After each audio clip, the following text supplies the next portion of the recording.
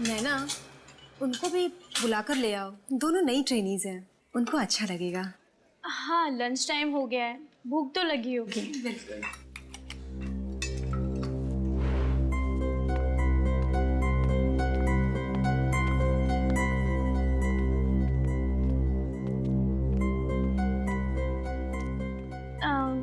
Excuse me. हाय, मेरा नाम नैना है। चलो साथ में लंच करते हैं। दीप्ति,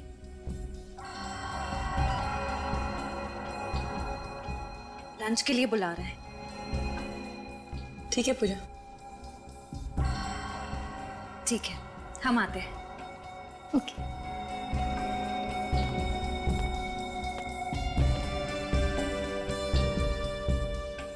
ये लाइब्रेरी बहुत बड़ी है, एक्स्ट्रा स्टाफ की जरूरत नहीं थी, फिर भी ट्रस्ट वालों ने तुम दोनों को यहाँ पर जॉब दी। अच्छी बात है। लेकिन हम लोग तो यहाँ बस कुछ ही दिनों के लिए हैं ट्रेनिंग पर।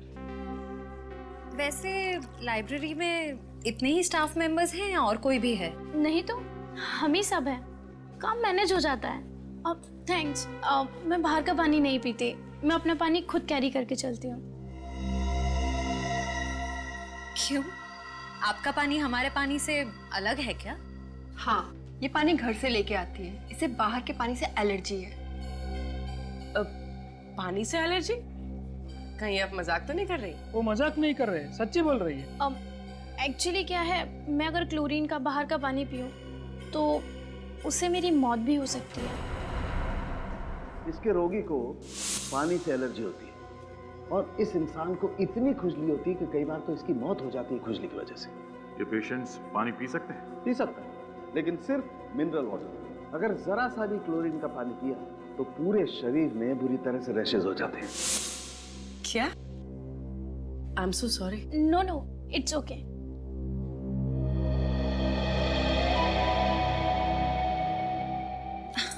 अरे मैं तो भूल ही गई। एवरीबडी एक्सक्यूज मी, मैं अभी आई।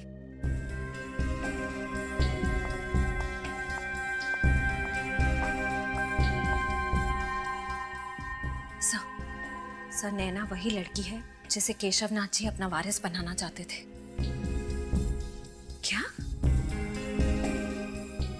वसीयत उसके हाथ लग गई? नो, फिर तो वो नैना पर हमला करने की जरूर कोशिश करेगा। डोंट वरी सर, हम नैना पर नजर रखेंगे।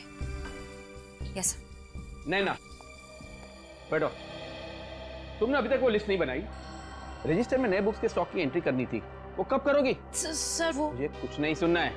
आप सब घर जा सकते हो, लेकिन नैना, तुम अपना काम खत्म करके ही घर जाओगे। Okay sir.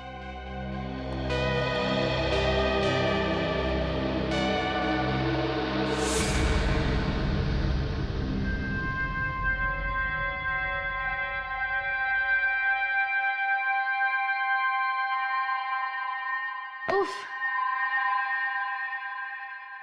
11:30 बज गए। ये भी कोई तरीका है काम करवाने का? ये मैनेजर नहीं, हिटलर है, हिटलर। कल ना मैं इसकी लाइब्रेरी की ट्रस्टी से जरूर शिकायत करने वाली हूँ। और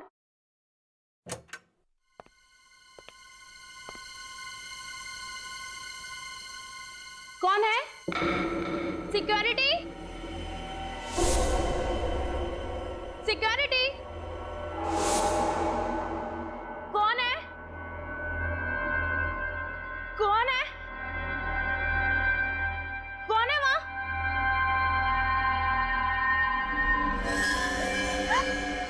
कौन हो तुम?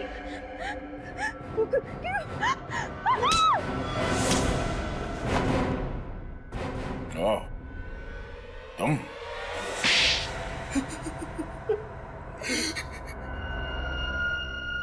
मैंने रात दिन इसलिए मेहनत नहीं की थी कि मेरे ससुर जी अपनी सारी जायदाद अपने किसी दूर के रिश्तेदार को खैरात में दे दे। मुझे शर्म आती है तुम्हें अपना दामाद कहते हुए। और आप अपनी सगी बेटी को छोड़कर किसी दूर के रिश्तेदार को अपनी सारी जायदाद कर देते हो, वो क्या अच्छा था? शुरू से बता हुआ क्या? हाँ, मैंने वो दो गुंडे केशवनाथ जी को फार्म हाउस पर मारने के लिए भेजे थे, मगर वो दोनों उस आग में जलकर राख हो गए।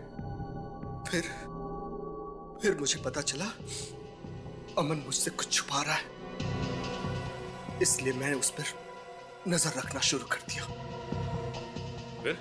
फिर मुझे पता चला कि केशवनाथ जी और शिमोना उस आग में नहीं जले थे, दोनों बच गए थे और सब उस व्हील को मुझसे छुपा रहे थे। और अमन को पता चल गया था तुम्हारे इरादों के बारे में, इसलिए उसने खुफिया तरीके से शिमोना को वो वसीयत कहाँ है ये बता दिया।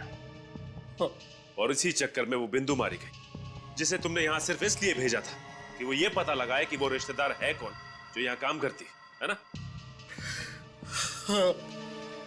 केशवनाथ जी के फार्म हाउस में आग किसने लगाई? वो आग मैंने लगाई थी सर, ताकि लोगों को लगे कि केशवनाथ जी और शिमोना और प्रणय उस आग में तीनों जलकर मर गए। अब तुम सारी जिंदगी जेल के सलाखों के पीछे अपने गुनाहों की गिनती करते रहना। अब मिस्टर अमन, आपने केशवनाथ जी की मदद की, अच्छा काम किया, मगर मदद करने का तरीका गैर कानूनी था। आपने खून किया है बिंदु का, और शिमोना जी आपने इसमें इनका साथ दिया। आप दोनों को भी गिरफ्तार किया जाता है।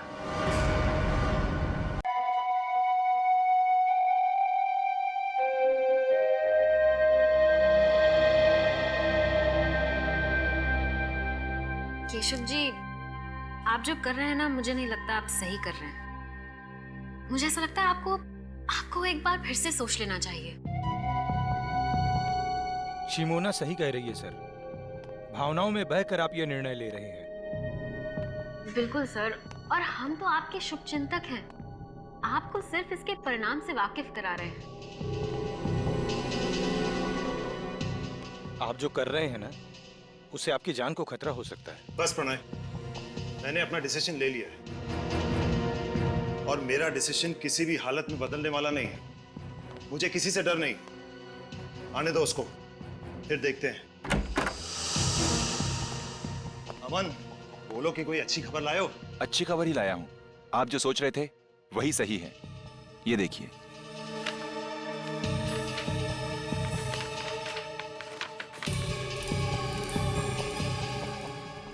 शिमोना, वो कागजात देना। जी।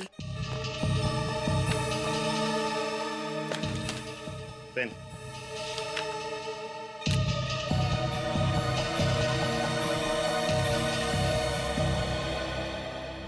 केशवनाथ जी, आपका काम हो गया, अब आप बेफिक्र हो जाइए। मुझे नहीं लगता ये इतना आसान है। ये बात पता लगते ही तूफान आने वाला है। तो फिर आने दो तूफान, हम तैयार हैं।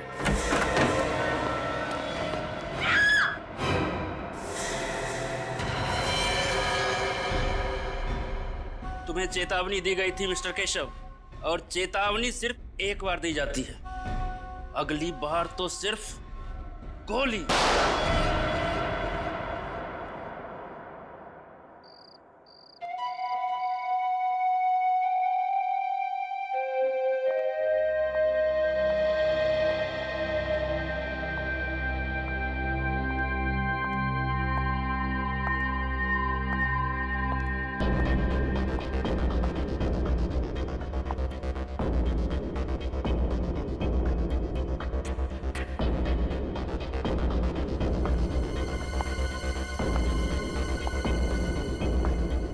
Law, science, all books, shelf number 2.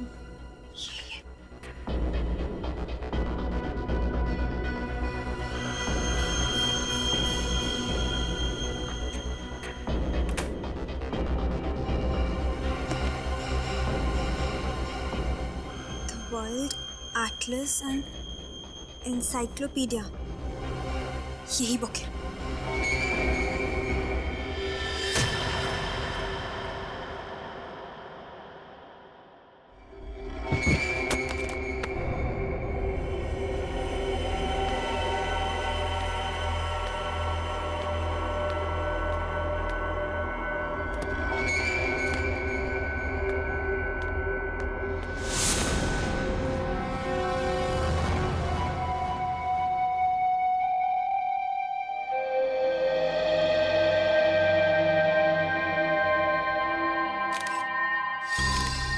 इसके गले में छेद है, किसी नुकीली चीज से वार किया गया है और शायद उसी वजह से इसकी मौत हो गई। लेकिन सर हमें तो ऐसी कोई चीज मिली नहीं यहाँ से। हो सकता है खूनी अपने साथ ले गया।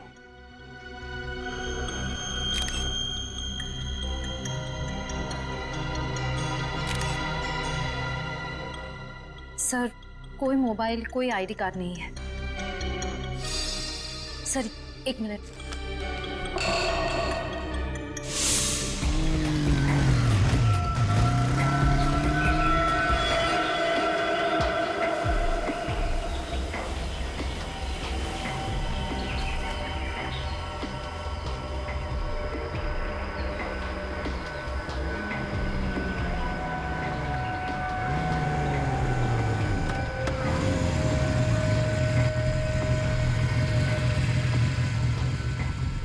क्या करना है मुझे?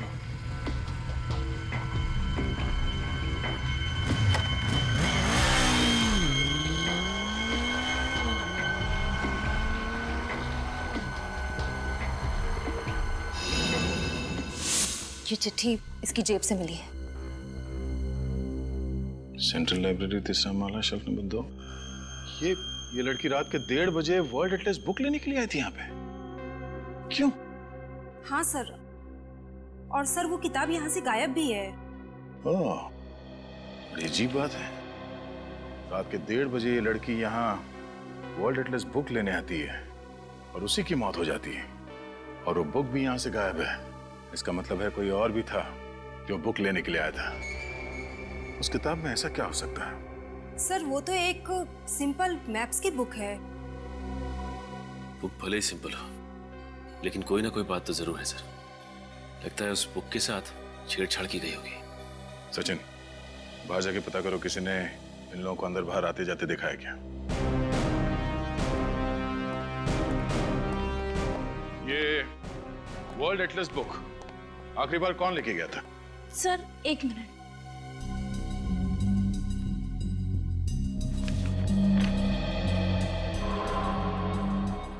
सो मिस्टर अमन। अमन? अमन, बोलो कि कोई अच्छी खबर लायो। ये अमन यहाँ का मेंबर होगा ना? जी सर। जरा उसका एड्रेस देना।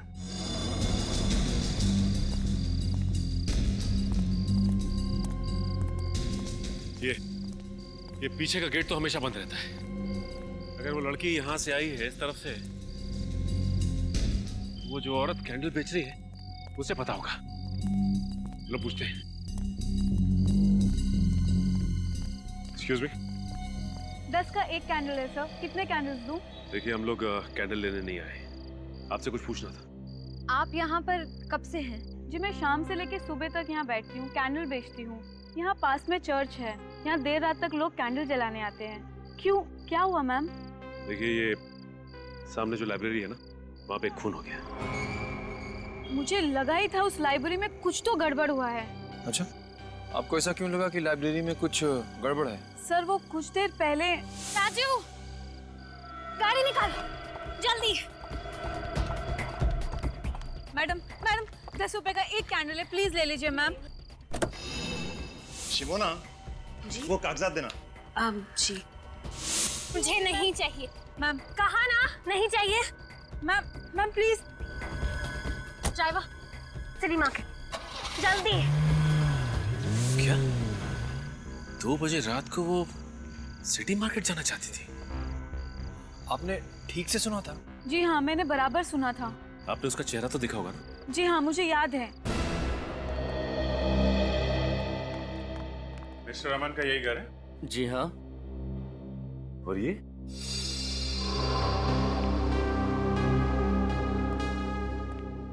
क्या आप यही अमन जी हैं? हाँ। सब इन्हें मैंने हाल में कहीं देखा है। हाँ सर, चेहरा जाना पहचाना लग रहा है, लेकिन याद नहीं आ रहा है कहाँ देखा है सर। जरूर देखा होगा, अमन सर बहुत बड़े वकील हैं। आपने टीवी पर किसी इंटरव्यू में देखा होगा उन्हें। अच्छा, तो आपके साहब बड़े वकील हैं? हाँ। कहाँ गए? ऑफिस? नहीं, आज सुबह वो अपना सामान लेकर के शहर से बाहर चले गए। इस अमन जी ने आखिरी बार लाइब्रेरी से वर्ल्ड एटलस की किताब ली और लाइब्रेरी में वापस कर दी। इसके बाद से गायब है। अमन जी का कमरा कहाँ है?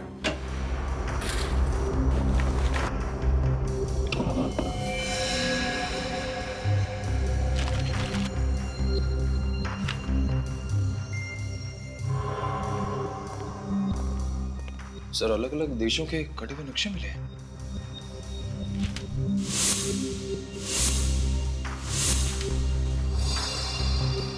सर, ये सारे कटे हुए नक्शे तो सर वो तो एक सिंपल मैप्स की बुक है। वर्ल्ड एटलस बुक है।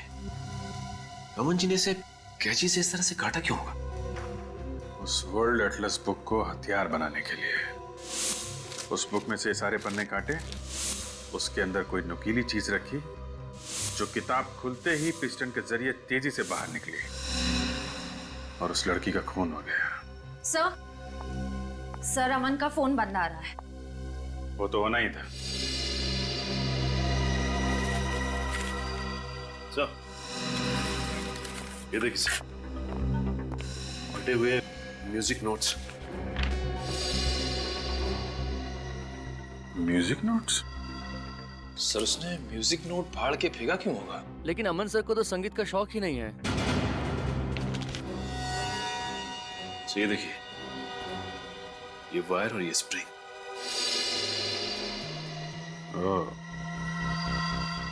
मिस्टर अमन का लाइब्रेरी से वर्ल्ड एटलस बुक का लाना, उसके पन्नों के साथ छेड़छाड़ करना और वापस बुक लाइब्रेरी में रख देना। उसके बाद एक लड़की का लाइब्रेरी में से उसी बुक को लेना और उस बुक से उसका खून हो जाना और मिस्टर अमन का गायब हो जाना। ये कोई इत्तेफाक नहीं है, साजिश है, साजिश। सोची समझी साजिश। रात के 1:30 बजे एक अनजान औरत सेंट्रल लाइब्रेरी में घुसती है और वहां से एक ऐसी किताब उठाती है जिसके अंदर हथियार छुपा के रखा गया था और शायद कोई संदेशा भी। और उसी हथियार से उस अनजान औरत का खून हो जाता है। फिर कोई वो किताब चुरा लेता है, वो भी एक अनजान औरत। सर, मुझे ऐसा लगता है कि दोनों औरतों को वर्ल्ड एटलस की जरूरत होगी और बुक एक ही थी, इसलिए दोनों में झगड़ा हो गया। दूसरी वाली औरत ने पहली वाली को मार दिया और बुक ले ली। सर, रात के 1:30 बजे एटलस को लेकर दोनों औरतों के बीच में झगड़ा हुआ और एक ने दूसरे को मार दिया। केस खत्म, है ना? वाह। सर, अजीब बात यह है कि लाइब्रेरी से किताब चुराने के बाद वो औरत अपने ड्राइवर से कहती है कि वो उसे सिटी मार्केट लेकर जाए। सर, इतनी रात में सिटी मार्केट में ना तो कोई दुकान खुली होगी, ना ही कोई कॉफी शॉप। वही तो रजत, वही तो समझ में नहीं आ रहा है कि क्यों। सर, ऐसा भी तो हो सकता है कि वो औरत सिटी मार्केट के आसपास ही कहीं रहती हो। नहीं सूरज, अगर ऐसा होता तो वो अपने ड्राइवर से कहती कि हम घर ले चलो। सिटी मार्केट ही क्यों? सिटी मार्केट ही क्यों? उस औरत के बारे में क्या पता चला जिसका लाइब्रेरी में खून हुआ? सर, अभी तक तो कुछ पता नहीं चला है। सर, उसके लापता होने की भी किसी ने कंप्लेंट दर्ज नहीं करवाई है। हम लोग क्रिमिनल रिकॉर्ड चेक कर रहे हैं। सर ये स्केच बन गया। सर, यही वो अनजान औरत है जो बुक लेकर भागी थी। सर, इस औरत को मैंने किसी न्यूज में देखा था सर। न्यूज में?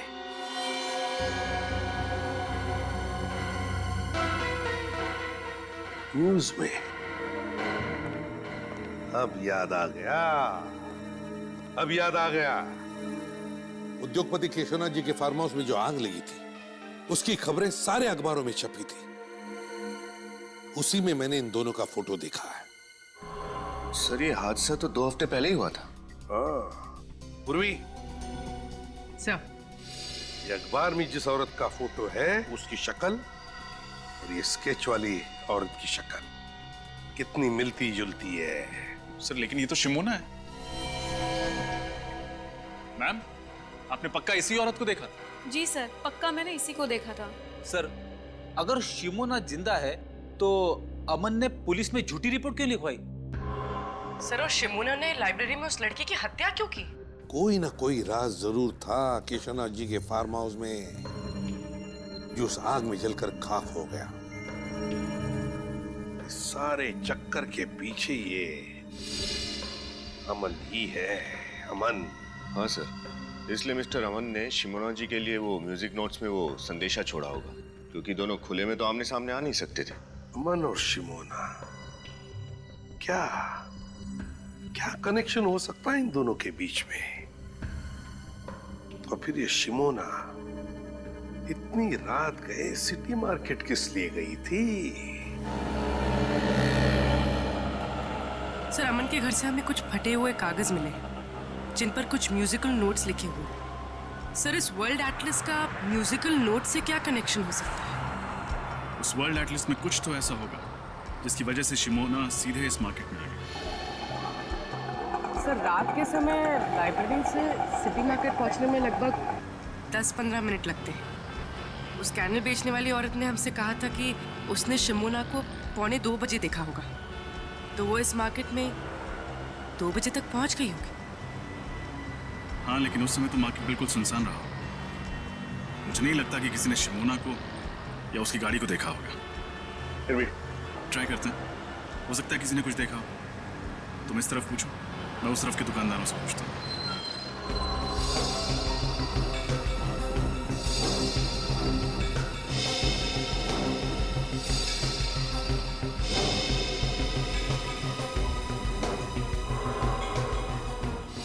सर, आखिर आप क्या ढूंढ रहे हैं?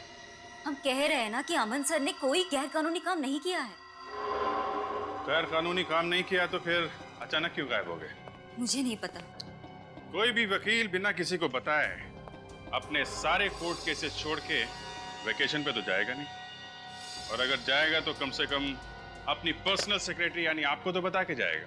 लेकिन उन्होंने मुझे कुछ नहीं बताया। और अगर नहीं बताता है तो इसका मतलब है कि वो कोई गलत काम कर रहा है और वो नहीं चाहता है कि उसके बारे में किसी को पता चले। नहीं, अमन सर कभी कोई गलत काम नहीं कर सकते, और वाकई में हमें नहीं पता है कि वो गए कहाँ हैं। इतना जरूर पता है कि वो हमें कांटेक्ट जरूर करेंगे, वो भी सही समय पर। अब आप ही बताइए साहब, इतनी छोटी सी चीज चुराने के लिए मेरी दुकान का ताला तक तोड़ डाला। मेरी तो समझ में नहीं आ रहा कि वो चोर था या फिर कोई पागल था। और कुछ तो चोरी नहीं हुआ दुकान से? नहीं साहब, और कुछ तो चोरी नहीं हुआ। चलो ठीक है, आइए मेरे साथ। उर्वी, एक्सक्यूज मी, हम लोग सीआईडी से। सर, क्या हुआ क्या यहाँ पे? सर, वो कल रात को मेरे म्यूजिक स्टोर में ताला तोड़कर एक चोर घुस आया था, और सर वो केवल एक म्यूजिक बॉक्स के अलावा और कुछ भी चुरा कर नहीं ले गया। एक ही म्यूजिक बॉक्स? उसके अलावा उसने कुछ भी नहीं चुराया? जी मैडम, वो चोर देर रात को आया होगा जब पूरा मार्केट बंद हो जाता है, चारों ओर सुनसान हो जाता है, तभी तो किसी ने कोई आवाज भी नहीं सुनी। हो सकता है शिमोना ने ही वो म्यूजिक बॉक्स चुराया। अच्छा, ये म्यूजिक बॉक्स आपके पास था कब से? सर, कल सुबह ही एक सेल्समैन देकर गया था। कल सुबह? जी मैम, उस सेल्समैन ने बतौर सैंपल वो म्यूजिक बॉक्स मेरे पास रखा था और कहा था कि एक म्यूजिक कंपनी ने एक नया आइटम लॉन्च किया है, वो म्यूजिक बॉक्स में कस्टमर को दिखाकर मैं और 20 के ऑर्डर भी ले लूंगा। और उसने कहा कि वो 2 दिन के बाद आएगा ऑर्डर लेने के लिए, तभी वो सैंपल वाला म्यूजिक बॉक्स लेकर जाएगा। सर, उसने वो सैंपल पीस बेचने के लिए मना किया था। अब आप ही बताइए मैं उसको क्या जवाब दूंगा। ये सेल्समैन पहले भी आया था आपकी दुकान पर? जी नहीं सर, वो सेल्समैन हमारे लिए नया था, पहले कभी नहीं देखा। यही था? हाँ सर, यही था वो आदमी। Thank you. मुझे लगता है अमन यहाँ सेल्समैन बनकर आया और उसने इस दुकानदार को वो म्यूजिक बॉक्स बतौर सैंपल दिया ताकि ये दुकानदार उसे बेच ना पाए और शिमोना आकर उसे चुरा ले। सर, जरूर उस किताब में कोई कोड या मैसेज होगा जिसमें लिखा होगा कि शिमोना को म्यूजिक बॉक्स इस मार्केट से चुराना है। लेकिन सेंट्रल लाइब्रेरी से सिटी मार्केट से म्यूजिक बॉक्स, ये कोड्स का चक्कर कुछ समझ में नहीं आया।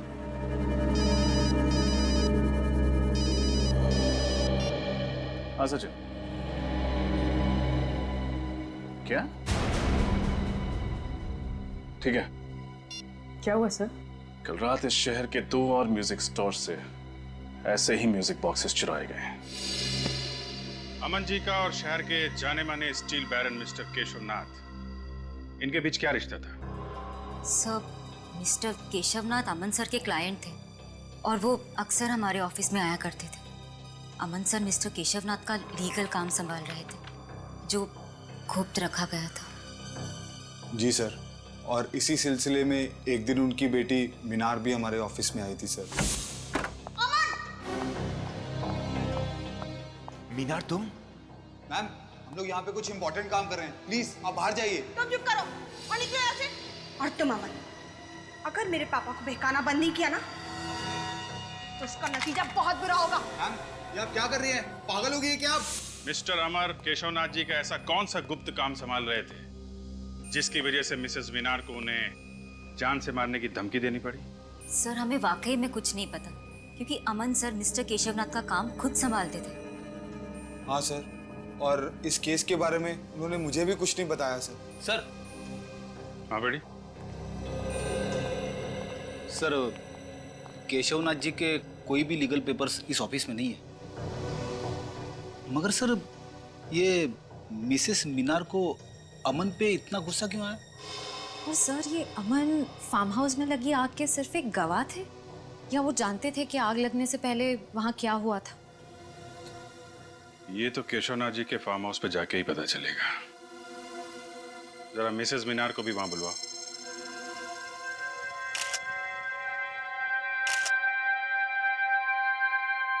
आप लोग इस पूछताछ से हमें कब बख्शेंगे? 2 हफ्ते पहले हुए इस हादसे को आप लोग भूल क्यों नहीं जाते? माना कि फार्म हाउस में आग लगी थी, but it was just an accident. Relax Minar, relax. CID वाले आपके पापा का फार्म हाउस का तलाशी लेना चाहते हो तो लेने दो, उन्हें उनका काम करने दो। थैंक यू मिस्टर भास्कर, कम से कम आप हमारे काम को समझते हैं। देखिए मिसेस मीनार, हम सिर्फ अपनी ड्यूटी कर रहे हैं। इस फार्म हाउस में जो आग लगी और जिसमें आपके पिताजी और उनके 2 एसोसिएट जल के मर गए, आपको ये मालूम होगा कि उसकी रिपोर्ट मिस्टर अमन ने लिखवाई थी। तो हुआ ये है कि मिस्टर अमन अभी लापता हो गए, और सिर्फ इतना ही नहीं, सेंट्रल लाइब्रेरी में हुए एक गुमनाम लड़की के कत्ल में भी उसका हाथ है। मुझे ये नहीं समझ में आ रहा कि एक लाइब्रेरी में हुए कत्ल का इस फार्म हाउस के जलने से क्या मतलब है? यहाँ आग कैसे लगी, कब लगी, पुलिस इसकी तहकीकात कर रही है। और तहकीकात में ही पता चला है कि अमन को आपने बंदूक दिखा के धमकी दी थी। क्यों? क्योंकि अमन एक नंबर का धोखेबाज है। उसने मेरे पापा की आंखों में धूल झोंककर करोड़ों रुपयों का कबूल किया है। और इससे आप ये कैसे कह सकते हैं कि मैंने अमन को कुछ किया है? ठीक है, फिलहाल अभी हम आपकी बात पे विश्वास कर लेते हैं, लेकिन सर ये बाहर पेड़ में धंसी हुई मिली। बंदूक की गोली? इसका मतलब इस फार्म हाउस में गोलियां भी चली? Oh my God! ये गोली चलने वाली बात अमन ने पुलिस रिपोर्ट में क्यों नहीं लिखवाई? ये वीणा का है, ये संतूर का है, और ये सितार का है। ये तीनों एक ही राग पर है, लेकिन इनके वाद्य यंत्र अलग अलग हैं। मैं आपको इनके राग सुनाता हूं।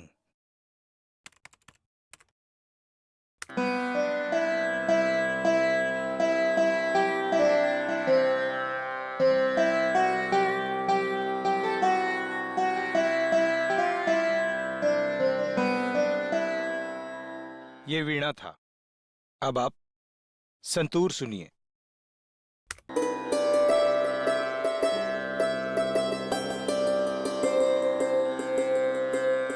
ये सितार का है।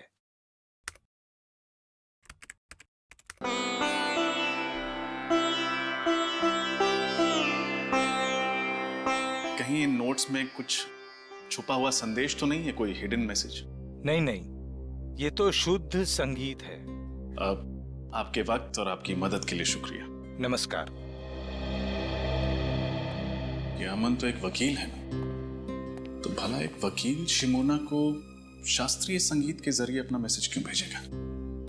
सर, और शिमोना ने वही म्यूजिक बॉक्सेस चुराए हैं जिसपे ये एक ही राग 3 अलग अलग म्यूजिकल इंस्ट्रूमेंट्स पे बजाए गए हैं। सर, हो सकता है कि इन 3 अलग अलग इंस्ट्रूमेंट से बजाया गया राग किसी व्यक्ति या किसी जगह के बारे में इशारा कर रहा हो। अब बस ये पता करना है कि संगीत के ये सुर किस जगह या फिर किस इंसान से जुड़े हुए हैं। मिसेस मीनार, अब तो आपको यकीन हो गया होगा कि फार्म हाउस में आग लगना कोई हादसा नहीं था। यहाँ पे गोलियां चली थी, गोलियां। सर। हाँ बेटी। सर, पुलिस की फॉरेंसिक रिपोर्ट के मुताबिक उस वक्त यहाँ पे जो थे वो सब आग में जल के राख हो गए थे, और उनकी बाकी बची जो हड्डियां हैं वो अभी भी उन्हीं के लैब में है। तो एक काम करो, उन हड्डियों को अपने फोरेंसिक लैब में भिजवा दो, डॉक्टर साळुंखे के पास। Yes sir. What nonsense!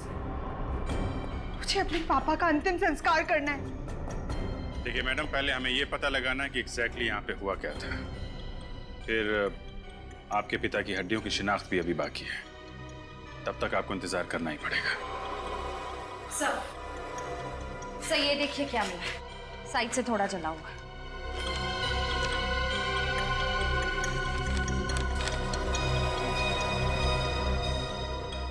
DNA print, हड्डियां तो बुरी तरह जल गई हैं। इनके चेहरे अच्छे से बन पाएंगे? हाँ अभिजीत, इस फेस कंस्ट्रक्शन सॉफ्टवेयर के जरिए हम मौका वारदात पर पाई गई खोपड़ी का फेस कंस्ट्रक्ट करने की कोशिश तो करें।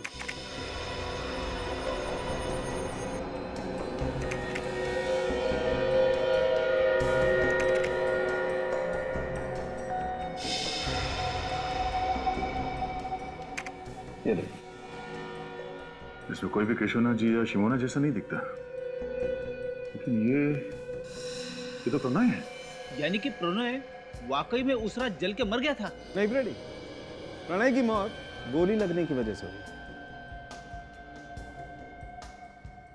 और ये दोनों कौन है? मेरे जरा इन लोगों को बुला के लो।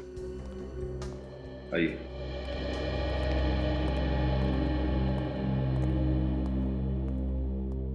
जरा इन दो चेहरों को देखिए, इनको पहचानते हैं आप लोग?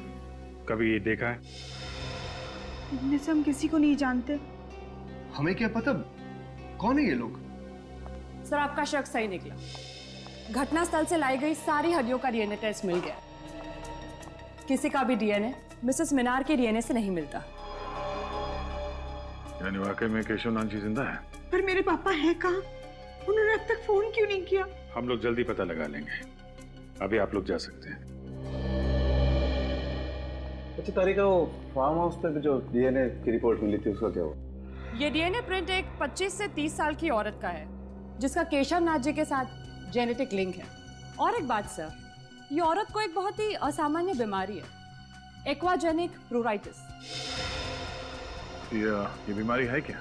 यह एक बहुत ही रेयर जेनेटिक डिसऑर्डर है। इसके रोगी को पानी से एलर्जी होती है। जरा सा भी पानी अगर शरीर में कहीं भी लग जाए तो बहुत जबरदस्त एलर्जी होती है, खुजली होती है। बारिश का पानी, पसीना, यहाँ तक कि हवा में अगर जरा सी नमी भी बढ़ जाए तो रिएक्शन होता है। और इस इंसान को इतनी खुजली होती है कि कई बार तो इसकी मौत हो जाती है खुजली की वजह से। तो बहुत भयानक बीमारी है। ऐसे पेशेंट जिंदा कैसे रहते हैं? एंटी एलर्जिक दवा खा करके, ताकि इससे लड़ने की क्षमता बढ़ा सके। ऐसे रोगी को हॉस्पिटल में अल्ट्रावायलेट बी पॉजिटिव फोटोथेरेपी दी जाती है। ये पेशेंट्स पानी पी सकते हैं? पी सकता है, लेकिन सिर्फ मिनरल वाटर। अगर जरा सा भी क्लोरीन का पानी पिया तो पूरे शरीर में बुरी तरह से रैशेज हो जाते हैं। सिर्फ मिनरल वाटर? पानी के? अच्छा, ओके, ठीक है, ओके। क्या हुआ? लाइब्रेरी में जिस अनजान लड़की की लाश मिली थी, उसका नाम बिंदु है। वो एक गुनहगार थी और जेल में सजा भी काट चुकी थी।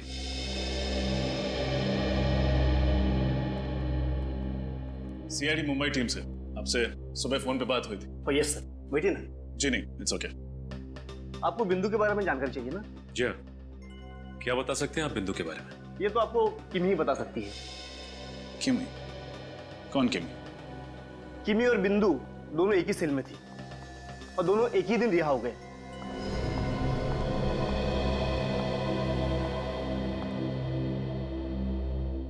किमी देखो, हम तुम्हें डराने या धमकाने नहीं आए। हम बस ये जानने आए हैं कि तुम बिंदु के बारे में क्या जानती हो। वो बिंदु क्या? बिंदु ने मेरे को पैसे का लालच दिया था और बोला था किसी काम में उसका साथ देने को। कैसा काम? वो तो सर उसने नहीं बताया। किसने सौंपा था काम? सब ये भी नहीं बताया उसने। बोला था टॉप सीक्रेट है। और साहब मैंने पूछा भी नहीं, अपने को तो सिर्फ पैसों से मतलब था साहब, इसलिए नहीं पूछा। कहाँ गई थी तुम उसके साथ? Central library, Mumbai. Central library? इसका मतलब बिंदु पहले भी गई थी लाइब्रेरी? हाँ सर। क्यों गए थे तुम दोनों वहां? सर, बिंदु और मैं सॉफ्टवेयर इंजीनियर बनकर गए थे उस लाइब्रेरी में। बिंदु को कुछ कंप्यूटर से जानकारी चाहिए थी और मैं बाहर निगरानी कर रही थी कि अगर कोई आसपास दिखाई दे तो तुरंत इत्तला कर दूं बिंदु को। पर वो जानकारी जो उसे चाहिए थी उसे मिली? नहीं सर।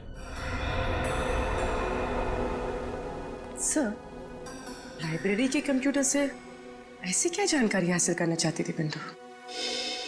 पता नहीं, लेकिन ये पक्का है कि फार्म हाउस पे किए गए खून का राज जरूर उस लाइब्रेरी में छुपा है। मुझे प्रणय को वहां जाने ही नहीं देना चाहिए था। केशवनाथ जी की प्रॉब्लम में उसको पढ़ने की क्या जरूरत थी? किस प्रॉब्लम की बात कर रही हैं? प्रणय और शिमोना केशवनाथ जी के बिजनेस एसोसिएट थे। केशवनाथ जी को अपनी बेटी मीनार पर बिल्कुल भरोसा नहीं था, इसलिए वो चाहते थे कि अपनी जायदाद को किसी ट्रस्ट में रख दें। प्रणय और शिमोना उन्हें मनाने की बहुत कोशिश कर रहे थे कि अपनी बेटी के साथ ऐसा ना करें। और मीनार को केशवनाथ जी के इस फैसले के बारे में मालूम था क्या? जी, ये तो मैं नहीं जानती, लेकिन फार्म हाउस में आग लगने के एक हफ्ते पहले प्रणय ने मुझसे कहा था कि केशवनाथ जी ने अपनी जायदाद को ट्रस्ट में देने का फैसला बदल दिया है। और उसकी वजह? क्योंकि उन्हें कोई और वारिस मिल गया था। नया वारिस? हाँ, केशवनाथ जी को वसीयत बनाने से पहले उसके बारे में कुछ कंफर्म करना था। ये डीएनए प्रिंट एक 25 से 30 साल की औरत का है जिसका केशवनाथ जी के साथ जेनेटिक लिंक है। इसका मतलब वो डीएनए प्रिंट उस दूसरी लड़की का था जिसे केशवनाथ जी अपनी जायदाद का वारिस बनाना चाहते थे। क्या प्रणव जी ने उस नए वारिस का नाम बताया था आपको? यही पता करने के लिए तो वो फार्म हाउस गए थे उस दिन, लेकिन फिर वापस ही नहीं आए। मतलब ये सारा केस केशवनाथ जी की जायदाद से जुड़ा हुआ है, जो अपनी बेटी को नहीं बल्कि किसी और रिश्तेदार को देना चाहता है। और वो डीएनए प्रिंट जो केशवनाथ जी के जले हुए फार्म हाउस से मिले वो उसी रिश्तेदार के होंगे। किसी के डीएनए प्रिंट मिलने से ये कैसे साबित होगा कि वो केशवनाथ जी के रिश्तेदार के हैं? सूरज, इंसान दो ही वजह से डीएनए टेस्ट करवाता है, या तो उसे रिश्ता साबित करना होता है या फिर बीमारी के बारे में, जेनेटिक बीमारी के बारे में पता करना होता है। लगता तो यही है कि केशवनाथ जी ने डीएनए टेस्ट के जरिए रिश्तेदारों की पहचान करने की कोशिश की है। हमें ये कैसे पता चलेगा कि वो डीएनए प्रिंट किस रिश्तेदार का है? किमी बता रही थी कि बिंदु और वो जब जेल से छूटी तो दोनों सेंट्रल लाइब्रेरी में गई थी उस कंप्यूटर से कुछ इंफॉर्मेशन निकालने के लिए। सर, इसका मतलब वो 25-30 साल की लड़की जिसे डीएनए रिपोर्ट के मुताबिक पानी की एलर्जी है, वो इसी लाइब्रेरी में काम करती है? एग्जैक्टली। मतलब सर, हमें ना सिर्फ केशवनाथ जी, अमन और शिमोना को खोजना है, बल्कि लाइब्रेरी में काम करने वाले उस गुमनाम वारिस का भी पता लगाना है। ये केशवनाथ जी, अमन और शिमोना को ढूंढेंगे कैसे? रेडी, भले उन तीनों के मोबाइल फोन बंद हो, भले उनके बैंक अकाउंट में कोई लेन देन ना हो, लेकिन हर चीज के लिए पैसा तो लगता ही है। कोई ना कोई तो उन्हें पैसे भेजता ही होगा। बस उन्हें ढूंढ लेंगे। लेकिन कौन सर? केशवनाथ जी और शिमोना के जान पहचान वालों के मुताबिक वो दोनों मर चुके हैं। दया, ये अमन तो जिंदा है, और फिर अभिजीत ने तो कहा ही था ना कि अमन की सेक्रेटरी विनीता काफी वफादार है। सर, उन 3 म्यूजिक बॉक्सेस का क्या राज है? वो अमन ने शिमोना के लिए 3 अलग-अलग दुकानों में क्यों रखे थे? अमन को पता था कि कोई उसका पीछा कर रहा है, इसीलिए वो तीनों म्यूजिक बॉक्सेस में शिमोना के लिए संदेश भेजता था। दया, लेकिन पता लगाना पड़ेगा इस केशवनाथ जी का म्यूजिक से क्या संबंध है। और एक काम, इस अमन की सेक्रेटरी विनीता पर नजर रखो, विनीता पर नजर रखो।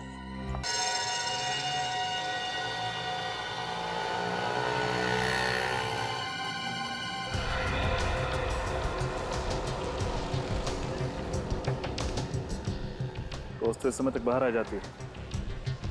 आज कहाँ रह गया?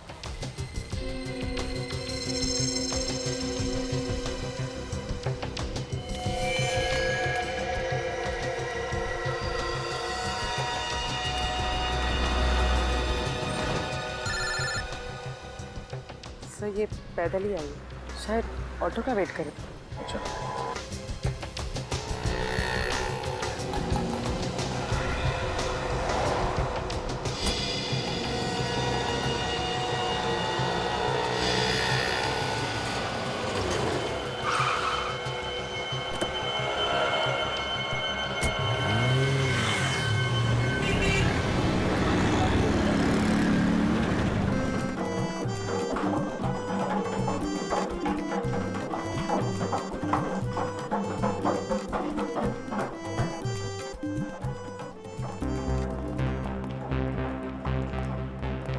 निखिल जरा देखो अलंकार जी कहाँ हैं?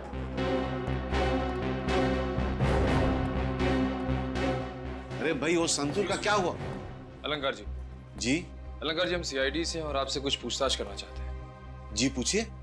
इस म्यूजिकल स्कूल को बनाने वाले केशवनाथ जी के फार्म हाउस में जिस दिन आग लगी, उस दिन वो आपसे 2 बार मिलने आए थे, क्या ये सच है?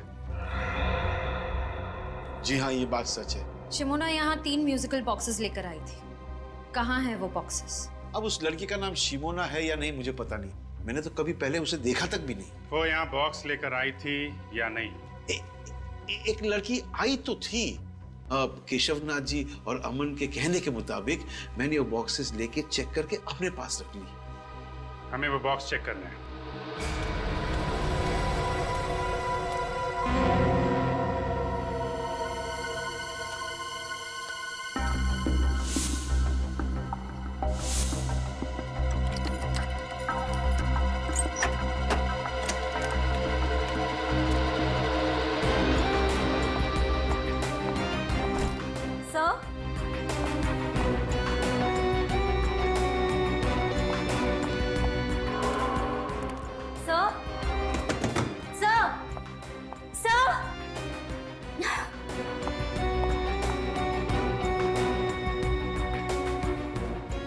चले गए सब के सब?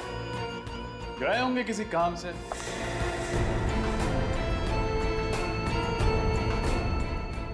आप लोग यहाँ?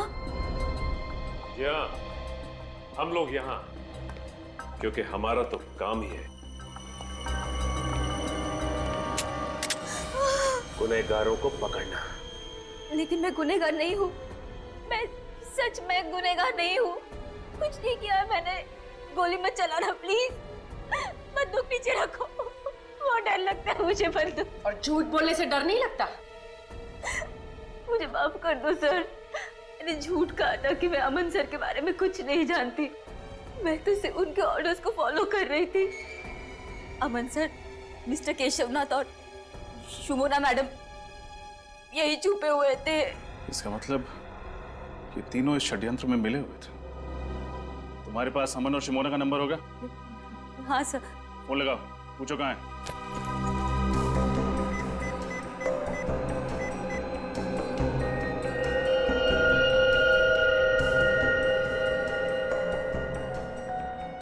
अमन सर का फोन स्विच ऑफ है। शिमोना का नंबर ट्राई करो।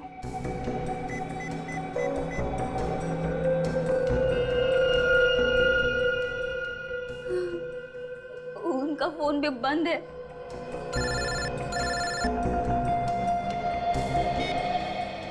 Yes sir. क्या? तो इस वजह से अमन, शिमोना और केशवनाथ को यहां से गायब किया गया है? सर हम लोग आ रहे हैं। क्यों सर?